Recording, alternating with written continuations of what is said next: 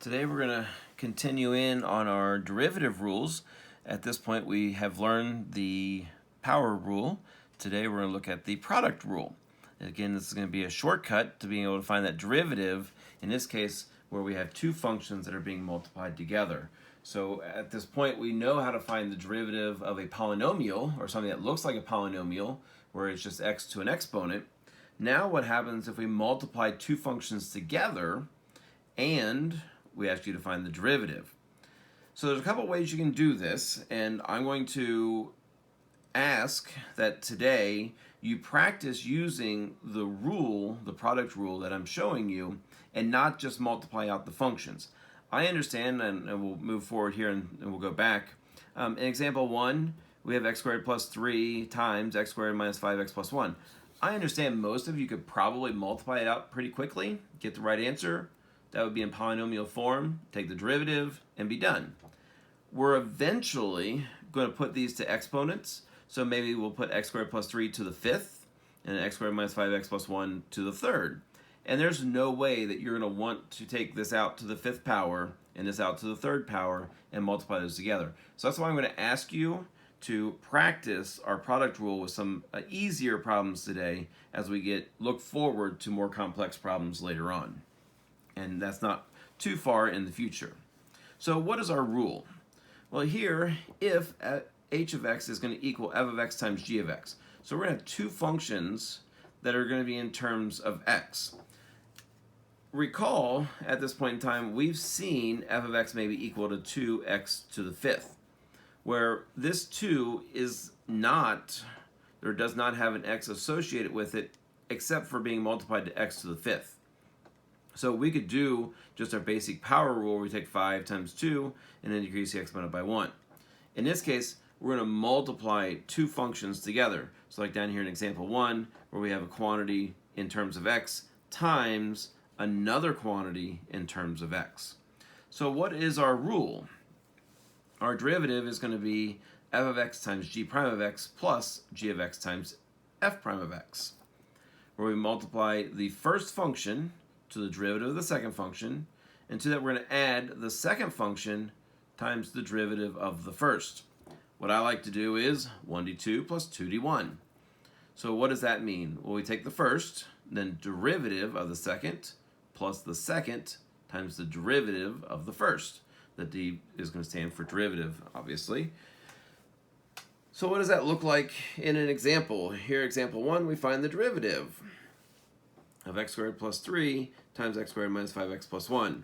So our derivative, f prime of x, we're going to take the first, x squared plus 3, times the derivative of the second, gives us 2x minus 5. And to that we're going to add the second, so x squared minus 5x plus 1. And then derivative of the first, which is 2x. We can go ahead and clean this up. If it was extended response, we could probably leave that unless it says here to simplify your answer. So we can go ahead and distribute this. My rule of thumb, if it's a binomial times a binomial, we can multiply it out pretty easily. If it was a binomial to a number larger than 2, so if it was 3 or 4, I would say we'll probably leave it. Again, if it's multiple choice, we only get to one of the multiple choices. So here, distributing your x squared, we get 2x to the 3rd minus 5x squared plus a 6x minus 15. To that, we're going to add 2x to the 3rd minus 10x squared plus 2x. Simplifying that, we can add our x to the thirds. We get 4x to the 3rd minus 15x squared plus an 8x minus 15. And that's going to be a nice, clean answer for us, isn't it? Isn't that beautiful? So some of you are probably asking up here, well, what happens if I take 2x to the 5th and I want to find the derivative using the product rule? How do I know to use the product rule versus the power rule? So we can go ahead and play with that. Think of this as 2 times x to the 5th. What happens? Well, if I'd use the power or the product rule, I would take 2, derivative of x to the 5th is 5x to the 4th. To that we're going to add x to the 5th, and then derivative of 2, derivative of a constant, yes, it's 0. So that part's going to go away, so we have 2 times 5, which gives us 10, x to the 4th. So don't be too concerned if you think, oh, do I use the power rule? Do I use the product rule? Which one do I use? If you use the product rule, it's okay. You'll end up with that 0. It's a little more work. End up with that 0, you're done, and you go home for the day. So don't get too hung up on which rule we're going to use at this point. You'll get into the hang and into the swing of how things look and which rule we want to use as we practice more of these derivatives. So I've got 3 more examples that work very similar to each other.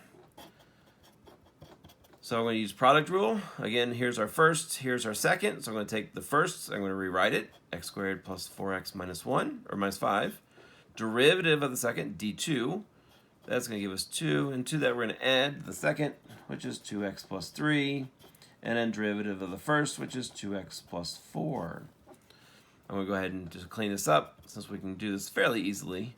With our math skills, we have 2x squared plus 8x minus 10. To that, we're going to square out, or multiply out these 2 binomials, 2x squared. We have 8x plus a 6x plus 12. Combining like terms, 2 and 4 gives us 6x squared. We have 8x and 16x. And 16, we get 22 x's. Negative 10 plus 12 gives us a positive 2. So that gives us our derivative. Again, I realize you can multiply these out. Please practice with me today so that we can get better at the product rule for more complicated problems later on down the road. So the original, or derivative of this function. We're going to rewrite the first, derivative of the second, which is 1. To that, we're going to add the second, and then derivative of the first. And you should see some similarities. You should start saying, hey, we did problems where we had that 1 in there, didn't we? When we simplified rational expressions. Well, this is kind of what we were leading you up to, being able to simplify these more complex problems or embedding them within more complex problems. So we get 4x squared, we have negative 16x and a negative 1, so it gives us negative 17x, and then plus 4. Going ahead and clean this up, we get 6x squared minus an 18x plus 5. And that gives us our answer. And then in example 4, last but not least, our first, 3x to the fourth minus 3x plus 2. Derivative of x to the third plus 3 is 3x squared. To that, we're going to add x to the third plus 3. And then derivative here, we get 12x to the third minus 3. Go ahead and distribute your 3x squared. We get 9x to the sixth minus a 9x to the third plus 6x squared. To that, we're going to add, we have 12x to the sixth. We have 36x to the thirds minus 3x to the third, so plus 33x to the third minus 9. Adding like terms, 12 and 9, x to the sixth, we get 21, x to the sixth. X to the thirds, we get negative 9 plus 33 is going to be plus 24, x to the thirds plus 6x squared minus 9. If I didn't lose any of my terms, that's going to be a good enough answer. So that gives you an idea of product rule. Again, please, please, please, please practice the product rule. Don't just multiply those 2 functions together and find the derivative of that resultant, or the product. Thank you. Good luck.